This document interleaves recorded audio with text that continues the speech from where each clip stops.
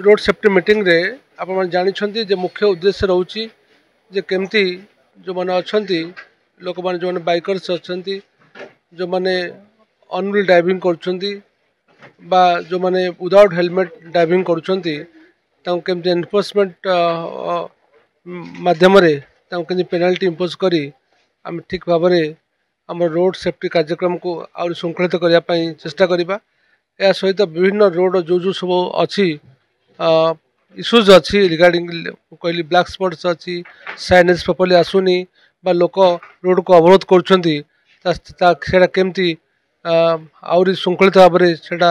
हम ताको विभिन्न लाइन डिपार्टमेंट को इंस्ट्रक्शन दिगला जोटी रोड रे पार्किंग कर रिमूव करेंगे जोटा ब्लॉक होची रिमूव करेंगे एवं जो जो ब्लैक स्पॉट्स अच्छी जोटी अवरोध होमती स्ट्रीमलाइन करेंगे तापर समस्त को निर्देश दिगला। या सहित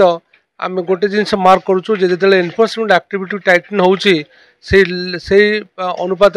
आम दुर्घटना मात्रा कमुची जहाँ आम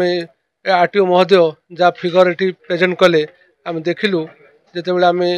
आम आम फोकस्ड वे काम करुचु से अनुसार ये दुर्घटना बा मृत्यु हार कमुची।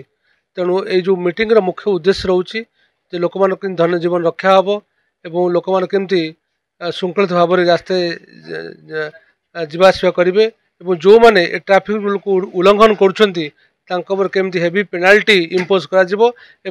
मन भर गोटे भयर वातावरण सृष्टि करा से कौन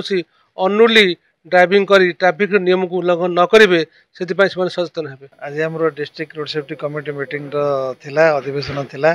एथरे आम सब विभिन्न प्रकार एनफोर्समेंट इंजीनियरिंग एजुकेशन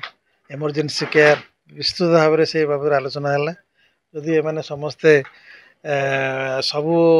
विभागर कर्मचारी आम जो मिसिक यूनाइट हो सब दिगरे चेष्टा करवा आगामी दिन में एक्सीडेंट हारटी बहुत आम जिले में कमी जाई पारिबो।